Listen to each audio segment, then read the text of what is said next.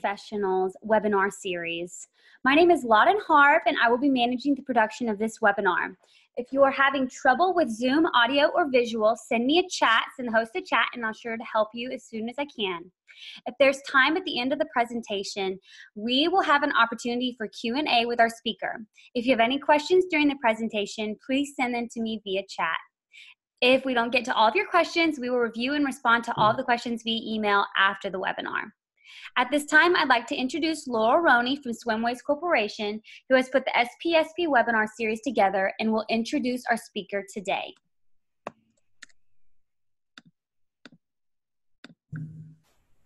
Thank you, Lawton. Once again, I would like to welcome all of you to our SPSP webinar series. Our goal for this series is to explore topics that we, as product safety professionals, all face daily as we work to establish and maintain successful programs that comply with both regulatory requirements and industry-leading practices. Throughout the year, we will continue to feature topics that support the development and maintenance of a comprehensive product safety program.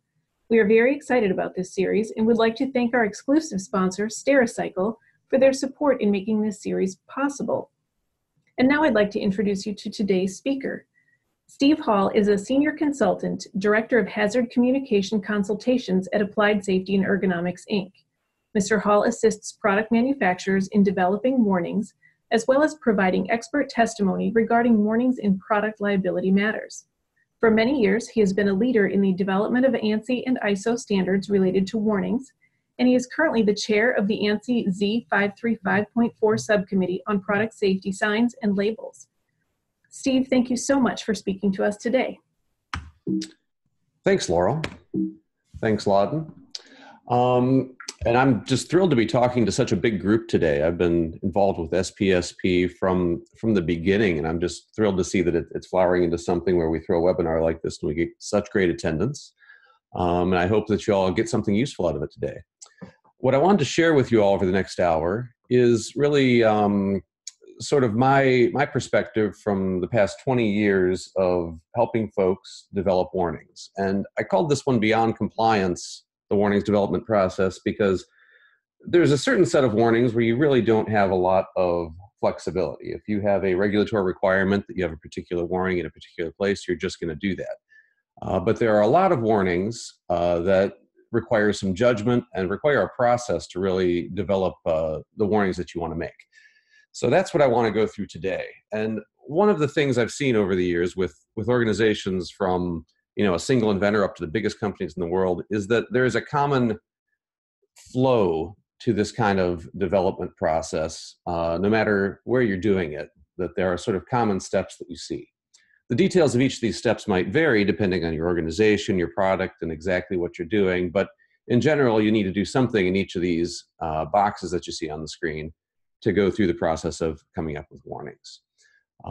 This was adapted from a book chapter that some of my colleagues put together way back in 1999, but with sort of the added feedback loop you see at the bottom. So what I'm going to do today is sort of run through these different stages, and instead of trying to give you a prescriptive, detailed list of exactly what you have to do in each stage, because every organization is going to be a little different, I want to give you some tips and tricks and takeaways that are useful insights from 20 years of experience doing this stuff, and are things that I find when I deal with clients they sometimes have trouble with or miss or can use a little advice on. So that's what we'll get into next. So the first piece of any of these projects is project planning, which seems obvious, but it's sometimes something that doesn't happen around warnings when it's sort of not top of mind for the folks in your organization. Every so often I'll get a call where someone says, hey, we've got a product, the launch is in about a week. Can you help us get the warnings together? And usually my answer is no, it takes more than a week. You should have been thinking of this a long time ago when you started developing that product. In essence, the first takeaway here is that the warnings development part of the product safety and processes that you'll notice that the sort of information flow is something that you can see in this diagram that I took from ISO 10377, which is a real handy document that outlines sort of a more general safety process. And within that process, you'll be essentially able to use the same structure to develop safety information.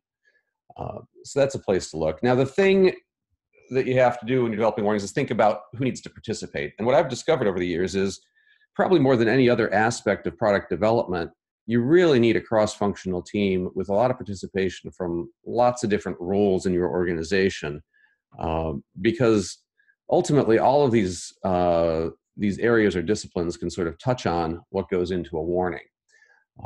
Now, if you don't have all of these as separate roles, sometimes there are people who wear multiple hats and can give you that input. Sometimes you're bringing in outside people to help you out. For example, technical specialists like a toxicologist you might not have on staff, but when you have a technical question, you need to bring them in. And if you don't have the right team, sometimes you run into problems. One of the biggest problems I see is that if you see warnings as just sort of a narrow technical function, you're going to miss a bigger picture of the sort of safety thinking that goes into it. And in essence, every time you put together your product warnings, you are establishing your policy about what your product's for, how you're supposed to use it, what's the safe way to interact with your product. And if you don't have buy-in from everybody in your organization, you can run into trouble. So a little while ago, I decided that I should get a little more exercise. People tend to do that at the beginning of the year. So I got these really cool exercise bands. Just went down to the store and bought a box of them. And they did a really clever job with their warning here. It's actually sewn right into the bands. It's amazing what they can do with stitching. And one of the things that the warning tells us is we should always wear eye protection when using this product. And you can imagine that that might make sense. If you had one of these snap back and hit you in the eye, you'd be pretty unhappy. You'd be happier if you were wearing eye protection. But of course, the marketing folks apparently weren't in the loop on this warning, since everybody on the box, all the scenes from the DVD, they're not wearing eye protection. So there's a disagreement at a policy level inside this organization where folks don't really know what is the intended and safe way to use these products. And that's something that really needs to get resolved before you can make a good warning, is to know what is your policy. So after you get your project planning done, the first thing you really need to do is understand the hazards that are associated with your product. Warnings are about hazards. And then, of course, just because there is a hazard, that doesn't necessarily mean there's a warning. There's lots of other ways to approach that. Perhaps you're doing other things to protect people from those hazards. Perhaps you're discovering hazards that really aren't significant, don't pose a meaningful risk, don't require a warning. So you need to make some decisions about what to warn about. One of the main things I see as I go to lots of different organizations is that everyone wants to sit down and make a prediction about the future, about what's going to go wrong.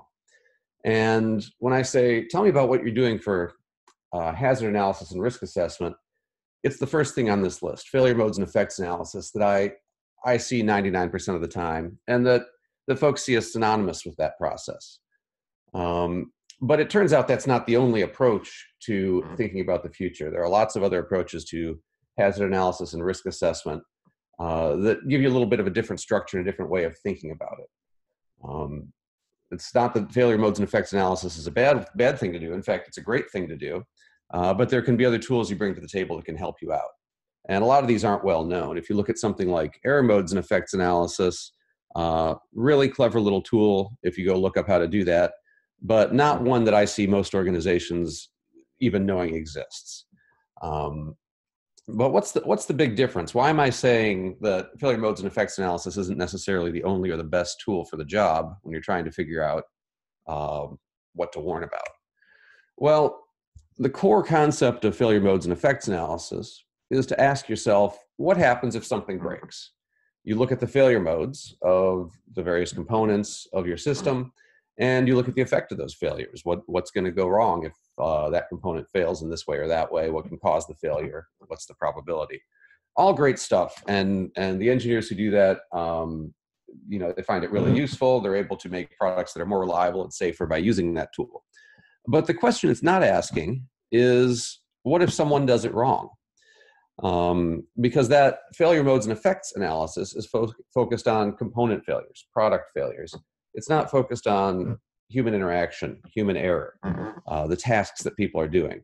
So some of these other tools, if you look at things from a task analytic approach, if you do a job safety analysis, if you look at the life stages of the product, those can be more helpful in structuring your thought to think about what happens if someone interacting with your product does something incorrect or something you didn't expect or something that you would call a misuse. Because ultimately, those are the things you are hoping to warn about. So if you structure your thought with some of those other tools, where you think about the life stages of the products, you think about the tasks, you think about the audiences, the different folks who are interacting with your product, these lead a lot more directly to concepts for things you need to warn about, because ultimately when you're warning, you're thinking about who needs to know what and when do they need to know it. So if you think about those product life stages and think about the different people who interact with your product, you're going to have a better structure for that than thinking about product components for the most part. Now, once you've gone through this process, you'll have a bunch of ideas for hazards, things that can go wrong. You guys have probably seen an FMEA spreadsheet with tons and tons of hazards and component breakage scenarios that you can be concerned about. But that's not the only tool. This is a forward-looking way of looking at things, but you can also look out in the world and see if you can get information that way. One of my favorite tips for folks is that in the world of warnings, plagiarism can be a really good thing. Don't feel like you're cheating. I really, in almost every project I work on, try to find out, are there similar products out in the world that already have some warnings that we can take a look at? Now, why do we want to do that? Well, it's not necessarily that they've written the world's best warnings, but first of all, whoever makes these other products may have encountered different field scenarios than you've encountered, and you can gain some experience that you wouldn't otherwise have by taking a look at their warnings. You can get good ideas for how to communicate things. You can get a good idea for what folks might expect if they've used someone else's product and they come to your product. But one of the biggest things that can be really important for an entire industry is to look at a policy level, how do folks in your industry deal with certain kinds of hazards? So here's an example. Those balls you see on the left are actually really big. Those are exercise balls, the kind that you can sit on, that you can do sit-ups or something like that. And there's tons and tons of brands of these things out there. So if you're in the exercise ball industry, it's probably a real great idea to take a look at what all these other exercise balls are telling their buyers. One common way I do that is just put together a simple spreadsheet, keep track of the product, where that message is located, and then break things down by messages about different topics so you can compare them conveniently. And when you do that, you can start to make observations about the patterns of what kinds of warnings are coming with different products. It turns out, when I took a look at exercise balls, I discovered that in the world of exercise balls, there was not a consistent policy between manufacturers about whether you should lift weights while you're on an exercise ball. We found one exercise ball that had a policy against using additional weights. That's not recommended. We had several exercise balls that recommend against using heavy weights, that there was some weight limit. And then a number of other exercise balls that generally promoted the use of weights, including bench pressing, which generally involves some pretty heavy weights on the ball. Why is this important? Well, first of all, there's a question of consistency. So as folks move from one exercise ball to the other, how do they know that the policy is different, and why is it different? Is there really a difference in hazard, or do these manufacturers just have a different opinion about what's a reasonable and safe way to use the product? Usually when I see warnings that conflict with each other like this on products that are essentially the same, my advice is it's time to get your industry together and really have a powwow and understand, do we have meaningful differences in what the hazard is because our products are different? Or is it time for the industry to get together and maybe standardize and have a consistent policy about something like this? This turned out to be a big deal in litigation because I was involved in a case where a professional basketball player was bench pressing dumbbells on a exercise ball, and it turned out that ball was punctured. He fell to the ground and broke his arm, and that becomes kind of a big deal if you're an NBA player. So then there's a lot of pressure put on which policy would be correct. So aside from benchmarking and some of those forward-looking hazard analysis approaches, another thing that's useful to look at can be incident data. You might have incident data from your own products. You might take a look at public databases like the CPSC's NICE database. You can even look at news reports or even online reviews and postings now. There tend to be a lot of interesting things on the internet that are pretty easy to get to. It's made my job a lot easier over the last 20 years. So an example of sort of the advantages and some cautionary things about looking at incident data was when I took a look at video game incident data a number of years ago.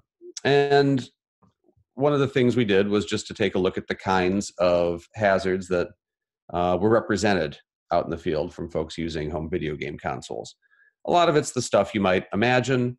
And then there were a few things that you might not have thought of if you were sitting down and just doing hazard analysis and risk assessment around a conference room table. And in particular, the last one on this list, seizures, really jumped out at me.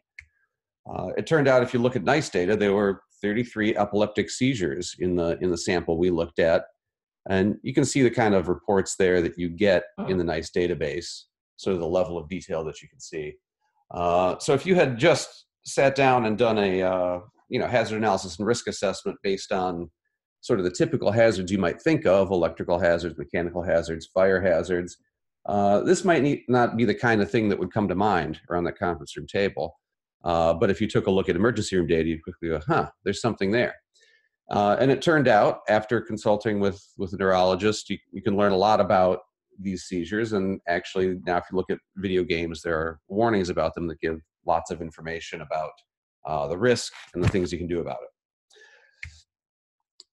Now, there are also, aside from the emergency room information, we took a look at some of the complaints that came in. This is something that folks might submit to the CPSC because they're concerned that there's a safety issue with the product. But one of the things to watch out for is that it turns out that these kinds of complaints aren't always accurate. So you can see here, boy, it looks like we've got this problem with permanent finger injuries from kids playing video games, fingers and thumbs being bent and twisted. But it also turns out that these complaints were apparently rather spurious and strange. They all came from the same small area of Michigan, no complaints from anywhere else, all consumer submitted, no comparable incidents from other years, and no emergency room data that seemed to be revealing this issue. So there's an important step here when you look at incident data to try to determine if it's actually accurate and useful in identifying a real hazard or not. Other examples of complaints that we ultimately concluded didn't really lead to a real hazard that we'd want to warn about or a hazard that made sense to warn about are these two. Certainly something you might be concerned about, but things that went beyond, in our judgment, what made sense for warnings to deal with. So we've talked about hazard analysis and risk assessment. We've talked about looking at incident data. We've talked about benchmarking. Another piece of this is standards. And now this presentation is about going beyond compliance, but sometimes it's handy to take a look at standards, even for other products or related products. And other times when you look at standards for your product, you run across things that raise some eyebrows. So if any of you have been fans of warnings for a long time, you might have seen this wacky warning label contest that's came out of some folks in Michigan who thought there were too many lawsuits about warnings. And so every year they would find the wackiest warnings they could and get some funny news stories out of them. Well, one year they came up with this one, which was a hairdryer warning that says never use while sleeping. Now that one struck me as a little strange, so I decided to look into it. And what I discovered is it's there for a reason. It's there because the UL standard, UL 859, that applies to hairdryers actually requires that warning. So I looked back in time, and it's been there for many, many years. So I gave this a little more thought, and my current hypothesis is that hairdryers have changed, but perhaps the standard hasn't. And sometimes that can happen, especially if you're doing something new and innovative with a product, and you just take warnings from a standard that was written with different assumptions about what that kind of product is. You might find some things that really don't fit. And that should prompt you to rethink whether you want to follow that standard, whether you need to get involved with that standards committee to update those warnings, and whether putting that warning on is ultimately going to be seen as silly, unhelpful, or actually incorrect for your product. On the other hand, sometimes you'll have a product that doesn't have a standard, but you can look to a comparable standard and get some really useful inspiration. So on the left, we see a standardized ladder warning. That's from ANSI Z535.4. It's been around for many years. And on the right, we see some clever scaffold company took a look at that and said, well, we need to warn about the same hazard. We've got a long metal pole used in the scaffolds, and we don't have a standard for scaffold poles, so we'll use the standard warning from ladder, which is great. You've got a warning that's going to be consistent with other warnings about the same topic. So even though you don't have a standard that's specifically for your product, you've got a standard warning that's useful for your product. All right. So that was a few tips about the process of understanding hazards and choosing what to warn about. The next phase, once you have chosen what to warn about, is actually developing some safety messages. I'm not going to go into great detail about how to do it, but once again, give you a few tips on that phase of the process. The first thing, and I think Laurel pointed this out, is I've participated for years in ANSI and ISO standards related to warnings. So this is my plug for making sure you're aware of those standards. The ANSI Z535 series has useful standards for product warnings, both on product, on labels and signs, and in manuals, instructions, and other documents. There's also a useful standard about safety symbols. In the international standards world, you can take a look at the ISO standard for product safety labels, as well as a bunch of standards that pertain to safety symbols, or what they call safety signs. There's also a useful IEC standard called 82079-1 about preparation of instructions for use. And that goes even beyond just warnings, but into some more general advice about how to prepare instructions for use. And of course, each industry or product might have any number of specific standards and regulations that pertain to them as well. Now, aside from following standards, what I've seen lately is a trend toward a few common questions. And these are sort of challenges that I've seen in all sorts of industries, and that seem to be a bigger and bigger trend lately. Essentially, we're seeing a lot of movement toward a need to use the same label worldwide to avoid translation. And ultimately, what that comes down to is, can we use symbols a lot more for our safety information on a product?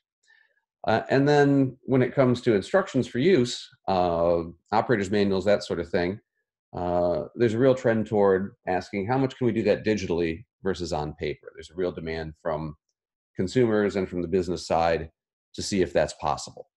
So I want to talk a little bit about some of these sort of emerging issues that more and more of my clients have been facing. When it comes to products with limited space and with multilingual needs, the trend towards safety symbols seems to be getting stronger in my experience. The example you see here are some symbols we put together for the abrasive wheel industry. And as you can imagine, some of these small abrasive wheels have rather limited real estate. And if you wanted to provide warnings in enough languages to ship them all around the world, you'd rapidly run out of space. So instead of doing that, a set of symbols was developed to try to communicate some of the key safety concepts right there in the small space on the product, and to do that without translation. Now, some of these are fairly straightforward concepts: wear eye protection, wear a face shield, use a guard. But you can actually communicate some relatively complex concepts just using graphical symbols. These are some symbols that we developed for some Electrolux landscaping equipment years ago. And of course, with landscaping equipment, there were some simple safety concepts, but also some fairly complicated concepts that we wanted to convey without words. And it turned out with a fair amount of development and testing, you could actually get across some relatively complicated things using a few tricks. For example, pairing symbols that show the desired action versus the prohibited action. Showing things that are sequential, not unlike a comic strip or a cartoon. You can do that both in time and with cause and effect. You can see in the bottom left how the arrows take you through a sequence of events. And sometimes there were very abstract concepts. Those can be the most challenging. And this is a set of symbols that was as good as we could get, although still somewhat unsatisfying, that attempted to tell folks to use only identical replacement parts and not different replacement parts.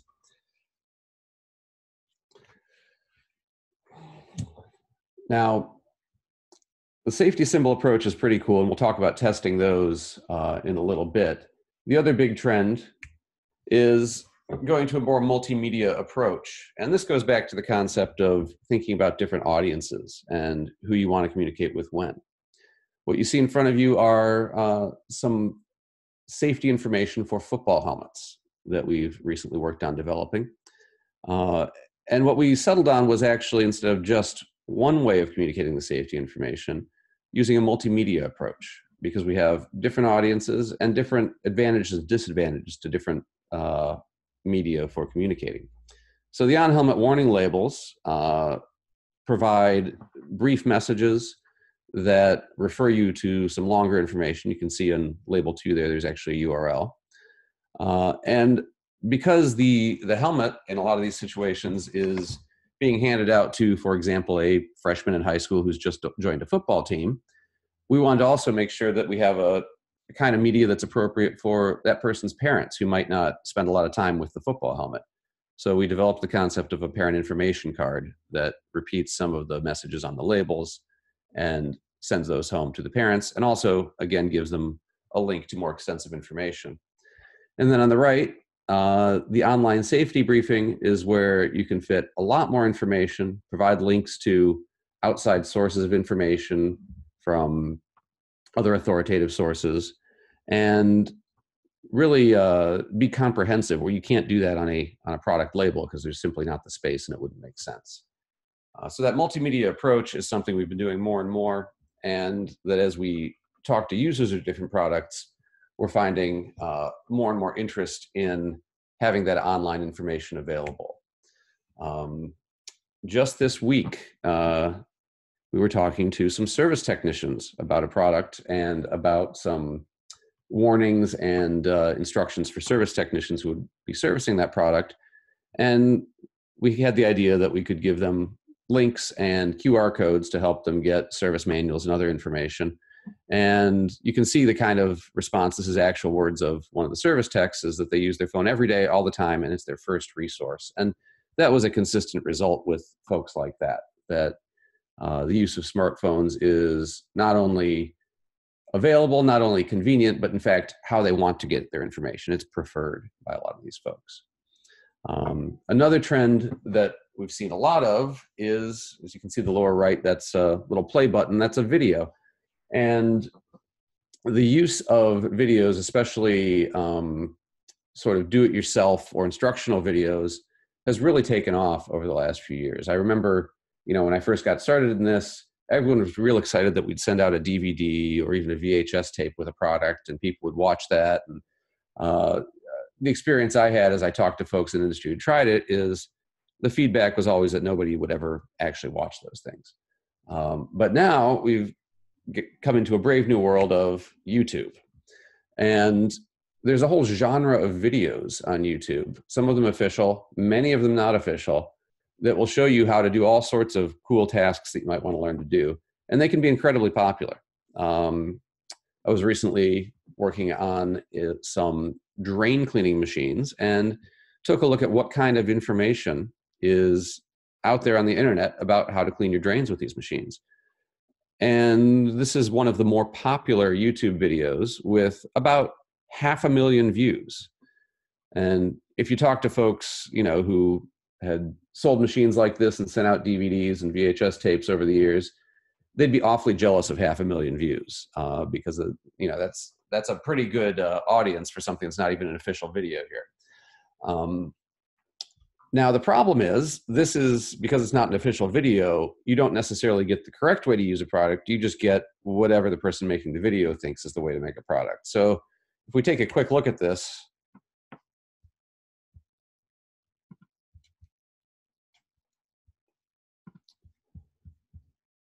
we'll discover a few problems. So here's our hero, and what you see on his hands are gloves, and that's a good thing. The bad thing is, it turns out those are rubber kitchen gloves. If you ever read the instructions and warnings that come with these drain cleaners, you will discover that it's a very bad idea to use rubber kitchen gloves because they're sticky, they can get caught in that rotating snake and injure your hands. You're supposed to use robust leather gloves that won't do that. But that's not what you would learn if you took a look at this video.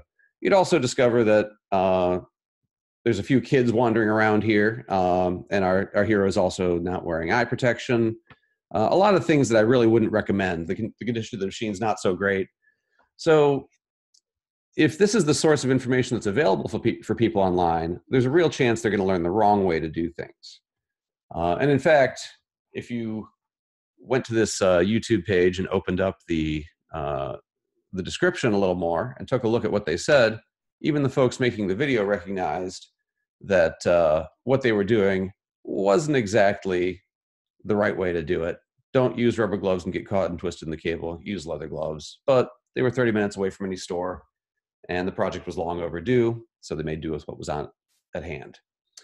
The lesson there being, if you're a product manufacturer, your users might be looking for information about how to use it, and they might be real interested in finding a handy-dandy video. And if you don't provide an official one, there's a real good chance there will be an unofficial one, and it might be incorrect. So this is a real opportunity for a lot of manufacturers to get the right information out in the world and get it out in a way that people want to receive it. So we just talked about a few tips on developing safety messages. One of the things that I've found is perhaps the most underemphasized aspect of this process as I get out and talk to different folks is the evaluation process, especially if you're just essentially writing words on a label or writing words in a manual. Folks will sit down, they'll do it, they'll pass it around to some folks in the office, and they'll feel pretty satisfied that they've done a good job and just move on. But there can and often should be more to it than that. If you ask the CPSC about how to do this for product instructions, they would advise you to go out and get some real-world assessment, acknowledging that it's difficult but necessary to understand what will happen out in the real world. Now, as a practical matter, there are a lot of different ways to approach evaluation. The simplest and the one you see most often out in the world is, well, let's get some folks internally to take a look at it, or bring in some external experts, bring in a warnings guy like me, bring in an attorney, bring in some folks that maybe work in field service or something like that, know a lot about your product. And that is a good start. That's a useful thing to do. And just about every warning, I like to do that. One of the tools that I've found that can make that a lot better, especially if you're doing this on a regular basis, is to develop some checklists for those reviewers, to make sure that each time you do those reviews, it's structured, that you're making sure to think about all the aspects you want to think about on a warning. For those of you who need a good airplane book, this is a great one that's pretty inspiring in this regard. Atul Kawande is a surgeon, but also an author. And he just wrote this really cool book about trying to improve surgical safety using checklists. And he was inspired by the way those are used in aviation. So a perfect airplane book. But we can also use that for warnings development. And in fact, if you look at that IEC standard about developing product instructions that I pointed out previously, you'll find in the back some example checklists.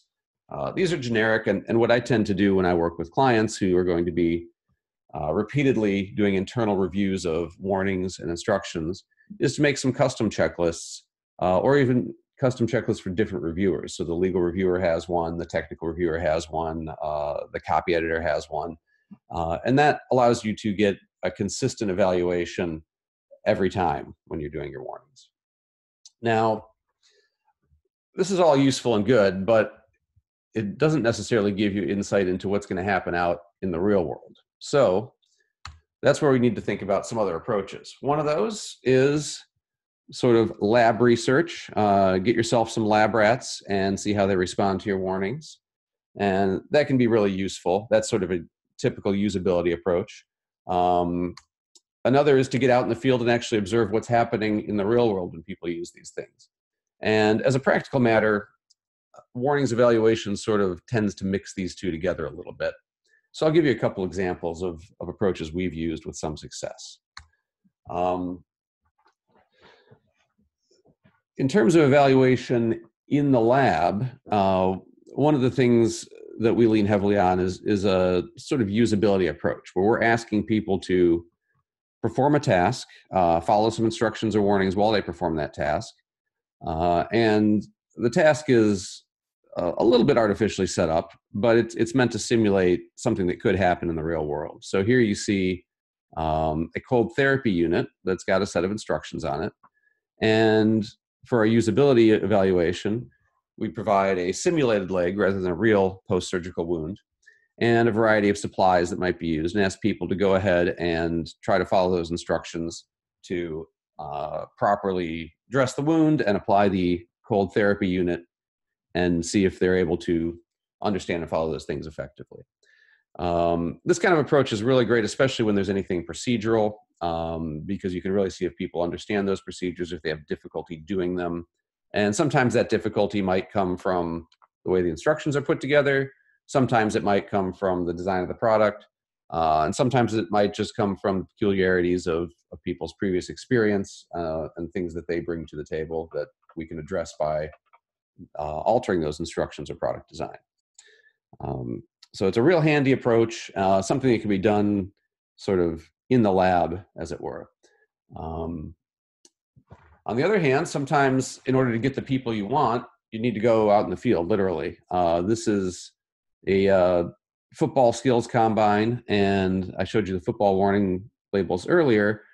We actually went out and took those labels and parent information card and attended a number of these kinds of events to find real players, real parents, the real target audience for what we were communicating.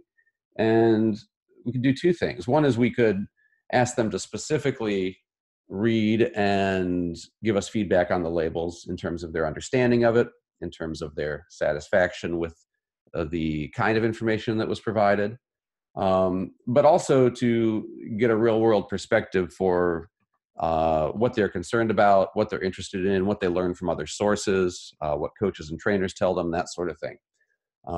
So that kind of real world exposure to any product, where it's really going to be used, can be helpful to give you insight into the best way to communicate warnings for that domain. So for just about any warning that you're putting together, some combination of in the lab or in the field evaluation can be real useful to improving the warning or validating that you've developed a warning that's communicating well. But there is a special class of warnings where evaluation is particularly important, and that's the safety symbols. Now, again, we've been seeing a lot of interest in developing safety symbols that can communicate without words. If you go to the standards about safety symbols, and if you really want to make them that communicate without words, what you'll see is that there's an expectation of comprehension testing to make sure that folks can understand what the symbol means without any explanation. So what you see here is an example of one symbol we developed with the Power Tool Institute that's supposed to work on a variety of bladed tools that tend to have not a lot of space for text, especially if you need to translate.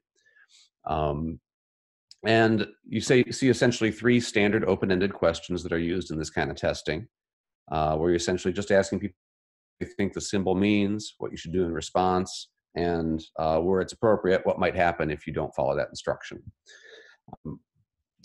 We do this typically and traditionally with in-person interviews. That can be done in the field if it's something brief. It can also be done by bringing people into the lab. We've also pioneered some techniques of actually doing this over the web that have been somewhat successful, although they don't necessarily work for every kind of symbol evaluation, especially things that are longer and more complicated. Now, when you're doing the symbol testing, there's actually criteria for what's considered an acceptable score. And this is in both the ANSI Z535.4 standard and the ISO standards, where with a 50% participant sample, we're looking for at least 86% comprehension. And what we call critical confusion, we want no more than 5% of that. Now, critical confusion is just our term for when someone looks at a symbol and gets the opposite meaning of what we intended from it. Obviously, with a safety symbol, that can be a big problem.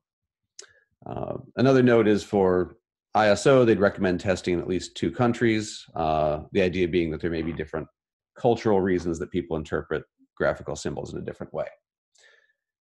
So as to critical confusion, here's a little example of what we mean by that and how it can happen. The symbol you see there actually appeared on a medication called Accutane, which is great for getting rid of acne, but has an unfortunate side effect that it can cause serious birth defects. So you really, really don't want to be taking this if you might become pregnant. So some folks decided to take a look at how do people interpret that symbol. And the results were not inspiring. It turns out that 21% did understand the correct message, that you don't want to take it while pregnant or do not get pregnant while you're taking that medicine. But 27% interpreted the symbol to mean that the package contained a birth control medication.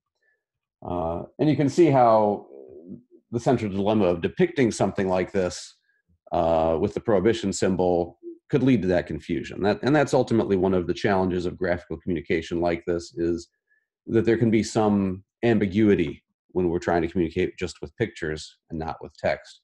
And that's what makes the evaluation so important when it comes to communicating with safety symbols.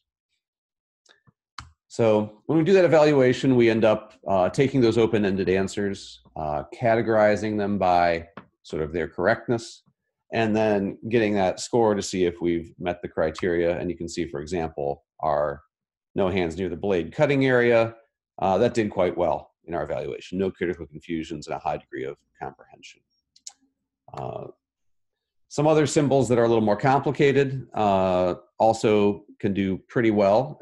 You can see this set of chainsaw symbols that were developed and tested, and all of them were able to get over the 86% criteria, even though they're somewhat complicated graphical concepts. So after you've done your evaluation and you're satisfied that you like your safety messages, you've done any revision that needs to be done, it's time to wrap things up with your final approval and documentation. This is not a complicated thing, but something that can be a loose end if it's not done properly. Obviously, you need to have some sort of internal review. Usually, whoever is going to give the green light to your product or project is going to sign off, and it's going to be approved internally. You may have external approvals depending on your product and industry, sending it to your regulator or test lab or something like that. And then the part that sometimes gets lost is documentation or record keeping. When you finalize that warning or a set of warnings, this is a real good time to keep good records and the kind of records that are going to be useful to you in the future. This is something where it's useful to work with your attorneys, because they often have a lot of advice about what the appropriate and normal way is to keep those records, and to think about what you're going to want to do in the future. Like if you're going to be next year developing a variant of this product, what kinds of records are going to be useful for you at that point, for example. After the final approval and documentation, here's sort of another spot where I often see folks I work with have a little bit of a hole in their process, which is you launch the product, you're selling it, producing it, it's out in the field, and you stop thinking about the warnings. Well, the thing that can happen is that you did a good job with your warnings initially, but things change. Once your product's out in the field and you're selling it for a while, any number of things can change over time. The way people use or misuse products evolves, the technology evolves, what the competitors are doing evolves, scientific knowledge evolves, even our view as a society of what kind of risk is acceptable can evolve. There's new standards, there's new customer feedback and claims data. All of this can influence whether on an ongoing basis, you're still happy with the warnings you've got or you want to make some changes. I'll give you a few examples of things that we've encountered over the years that fall into this category and that you'd want to respond to. So a number of years ago, a trend developed that looks like a lot of fun except for how fatal it is, which was called teak surfing, where if you've got a nice ski boat with a swim platform on the back, folks discovered that if you hang on to that swim platform and get going and a nice wake forms and you let yourself go, you can just float along in the wake a few feet behind the back of the boat. This is really fun, but to make it really work, you don't want to wear a PFD because that gives you just the right kind of profile in the water. But of course, when you combine being in the water right behind the boat with being right by the exhaust, you get a lot of folks succumbing to carbon monoxide and sinking to the bottom. So at that point, the Coast Guard and various boating safety agencies made an effort to get out the word that this is an unsafe activity. And it was one that essentially was invented by folks and that folks in the boating world wouldn't have known about until someone came up with this clever idea out in the field. Now that was years ago. Today, things happen a lot faster. We now have sort of viral misuse that moves around. I'm sure you guys have all heard of the Tide Pod Challenge, which was really mostly a joke. But it's something that spread very rapidly, became extremely well known, and got to the point where Tide's actually putting out ads to tell people not to do the Tide Pod Challenge, and they're being forced to respond to this very surprising and strange viral misuse. What does that tell us? It tells us that in today's world, we need to be aware of what's happening with our product out in the field, and we may be surprised by some unusual trends of misuse that people are doing. Another thing that can happen is that folks who are interested in a particular domain or a particular product and are sort of an outside authoritative source can change their opinion about what the right thing to do is. A recent example was the American Academy of Pediatrics. Any number of times actually have updated their advice about car seat safety, and in particular, how long children should be rear facing before you turn around their seat and let them be forward facing. And all of that stuff takes a while to percolate through state laws. And as a manufacturer of car seats, it presents a challenge in terms of how you keep your advice up to date with what the AAP and others are saying about car seats. Now, sometimes this sort of change in what's essentially what's considered the acceptable or tolerable risk for an activity is documented by something like this change in advice from the AAP. But other times it's a gradual process that you'd hardly even notice. On the left, that's me. I was about 8 or 9 years old there. On the right, that's my son Rex at about the same age. The only difference is we don't get to appreciate Rex's shaggy hairstyle as much because he's got that cool helmet. When I was a kid, my mom bought me a helmet. I was the only kid on the block who had a helmet, and I literally never wore that helmet. It was not going to happen no matter how much my mom wanted me to.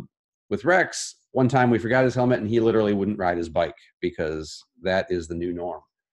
So things have changed a lot about how activities are done. And if you don't pay attention to what your warnings are saying for too long, the world might pass you by.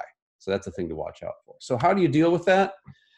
What I advise folks to do is have two things in their process.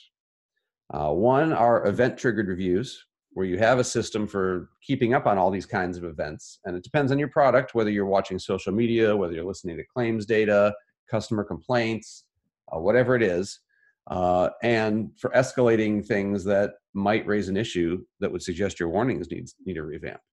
So that's event-triggered. But there's also that gradual change where you just have to say, hey, are we up to date with everything? And that's something that I tell folks I work with, let's put that on the calendar on a regular basis. And depending on how fast your industry moves, that might be quarterly, that might be annually. But you need to have a periodic review to make sure you're staying up to date on these things. Important part of the process. So that is the overview of the warnings development process. And at this point, I'm happy to take any questions if we have a little bit of time. Laura and Loudon, do we have a few minutes and a few questions to go through? Hi, Steve. I don't see that any questions came through yet. So if anybody on here is listening and wants to submit a question, go ahead and submit that through the chat to me, and I can read that off to Steve. That's great. And if you think of your question later, I've put my email and phone number down there. Perfect. I got 2 questions. A great point, Steve. Yeah, that your contact information is down at the bottom for anybody that wants to contact you privately as well. First one is an individual asked if they're going to get a copy of the presentation. This presentation is going to be on the website in the next couple of days. It's going to be uploaded to the website so you can watch and rewatch as much as you like. And then the next one is, can you touch the idea of excessive or too many warnings? Yeah, that's a great question. It's one of those things where when you're choosing what to warn about and developing your safety messages, you do need to think about that issue. So over the years, folks in warnings research have tried to pin down what it would mean to be too many warnings, and it doesn't seem like there's a solid rule of thumb where some people have said, hey, you should have no more than 7 things on a list or whatever. And I don't think that there's any solid rule of thumb. But what we do know from practical experience, when we go out and evaluate warning labels, when we evaluate instruction manuals, when we talk to people about their use of those things, is that when information gets longer, you start to lose readers over time. There's just a limit on attention span. But we also know that it matters what that information is. So when we start to provide warnings that are not informative, that are obvious, that are not news to people, that's another reason we start to lose readers. So when we're developing warnings, some of the tricks we try to do is, first of all, not just think about prioritizing warnings based on, for example, what causes the most accidents in the field, or what our risk assessment says is the most severe hazard or something like that. And those are things you want to think about. But the way I tend to think about how to prioritize those warnings is which ones are most likely to be newsworthy to people, to be surprising and unexpected. So if you think about, something like driving in a car, especially, when I was younger, it might have been that you could look at that and say, well, one of the biggest issues is we know a lot of people don't wear their seatbelt, and that's a big problem. So we want to warn people to wear their seatbelt because we can directly trace that to a behavior that's not happening. We can directly trace that to high severity outcomes, a large number of deaths, things like that, that all seem to be indicators of, boy, that's an important warning. But when you look at it from a different perspective and say, well, if I tell people to wear their seatbelt, is that news to them from a product warning?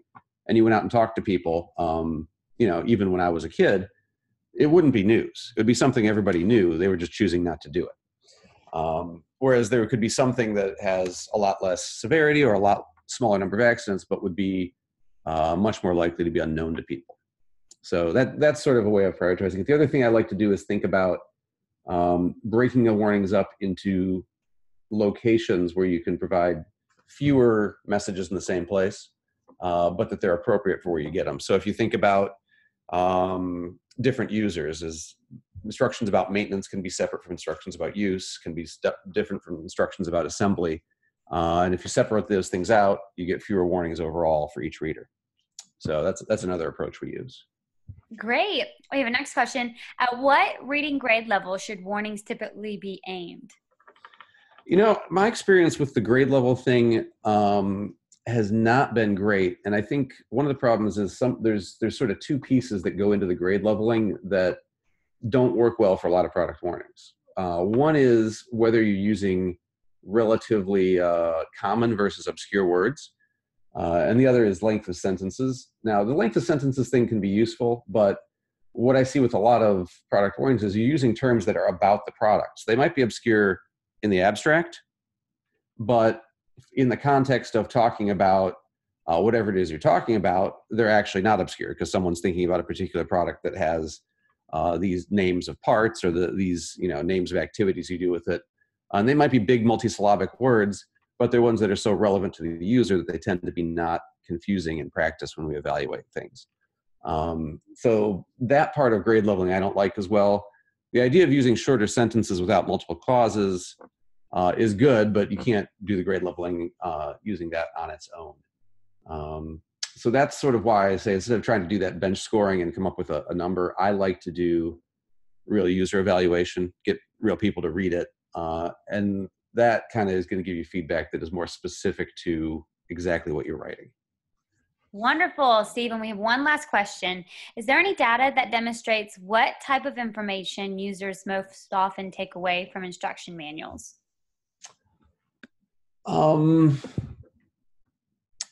That's pretty broad. I know when we do evaluations of specific manuals, that's one of the things we're looking at, is what folks take away.